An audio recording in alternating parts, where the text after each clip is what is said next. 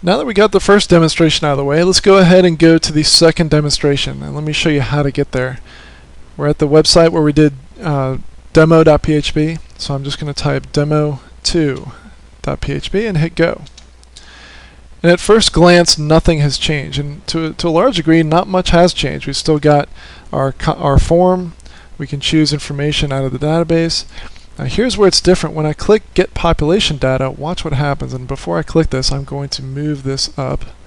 I'm going to click Get Population Data. Here we go. So as you notice, there was an image that flashed on the screen for a second. It was an image that indicated that something was processing, and this is a very makes it a lot easier for someone visiting your web page to understand that some activity is going on, because with an Ajax web application, the hallmark of an Ajax web application is that there's no page refresh. It's not like the screen goes blank for a second while it goes to another page. That's the whole that's the whole idea behind an Ajax web application. You stay on this page, but it's grabbing data out of the database, and sometimes that takes a split second or two. So you want to show the user some sort of image, a spinning clock, or something that indicates activities going on, and then it pulls the information in and it gives it right here. So let's try this again. So I can go to Baker County and choose 2001, hit Get Population Data, and there you go. It automatically updates it to have the information 2001 population estimate for Baker County. Now again, this is not an extremely complex Ajax application, but this is the second demonstration, and this is a big step forward from the generic choose your information and then post it over demo.php, where we're leaving one page and going to page B. This is an Ajax application, even though it's relatively simple and straightforward. So let me go ahead and show you what's going on behind the scenes. What we're going to do is open up demo2.php, and again I'm using Notepad++. So the same stuff as before. In other words, a lot of this code you'll see in demo.php. All of this right here, all of this is just to create the form in order to populate the drop-down list, and for both the county and for the dates. That's all it does. So let's go ahead and move forward. We've got the style sheets right here, which just makes the form look pretty, and this is where things start to get interesting.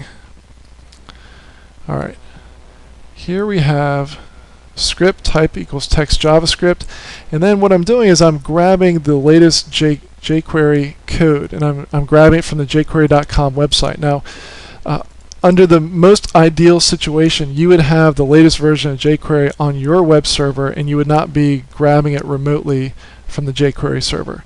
But I wanted to be able to distribute the files to you so that no matter when you are watching this, you would have the latest version of jQuery.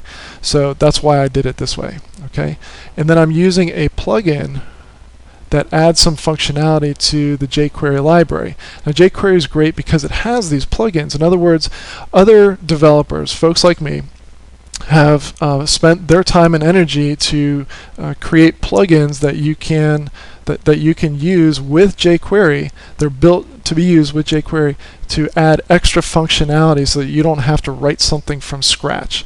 So it really takes a great JavaScript library called jQuery and makes it even more powerful. But none of this really makes sense until I start to show you exactly what's going on. Okay, again, all this HTML, it's the same as was in demo.php. When you get towards the bottom of the page, this is where things change. We've got an opening script tag, and we've got down here we've got a closing script tag, and everything from this point up all the way to this point right here down, that's all new information. So let's walk through this step by step. What we have is document ready function. So when you look at this is waiting for the entire page to load up. There are some things that you don't want to have happen. It just won't function properly unless the browser has been able to load up the entire page. So you want to wait until the DOM is ready, and that's what that function does.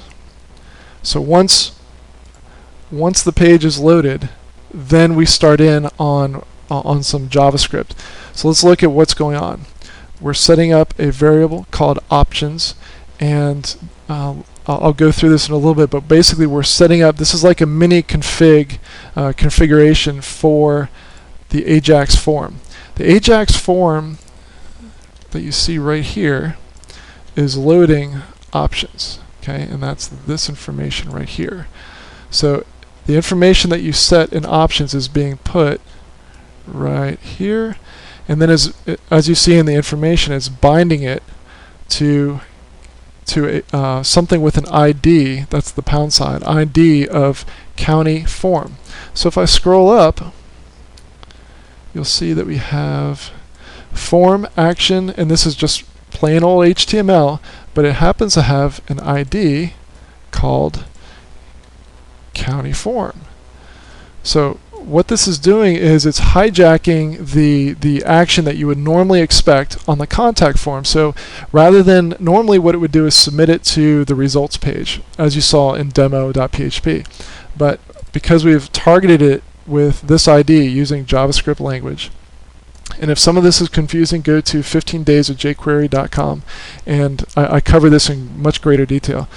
But this says grab whatever has this ID and use the Ajax form plugin, and then use these options right here. So what we're going to do is we're going to target, once the Ajax happens, we're targeting something with an ID of target div. Let's see if we have something set up. We do. We have a div that's just sitting there with no information in it called target div. So it's waiting for some info to go. The Ajax info is going to go right there between the opening div tag and the closing div tag. Now before it sends that information over to our PHP page to process the information, it's going to run through this JavaScript function, and when it comes back on success, it's going to go through this, send the data through that JavaScript function. So here we go. If you notice, we've got show request right here. That's that function right there. And all it's doing is it's adding an extra variable. So it's taking what the Ajax form plugin does is it goes through the form. It goes through everything that you see right here, and it grabs all of the field values. It compiles them, and then it I've told it to add an extra one that does not exist in the form. So I'm saying assign, essentially create a new form field, or send over an extra name value pair, name of Ajax value of 1. So that's adding that to the information before it sends it over. That's what's going on there. And then when it comes back, it's not really doing anything. As you can see, Notepad++ puts the information, anything that's in smaller text, green like this, and a little bit italicized, that is information that is just these are just notes. So nothing is being executed here. All right, and the last little bit of information is that there's an ID of loading, and within that div there's an image, and that would be this up here. This is our loading image that comes with the files. And I've used through the cascading style sheets, I've set that to be hidden when the page first loads. So it says when the Ajax magic starts to happen, we want to show it. We want to show this image. When the Ajax information comes back, we want to hide it.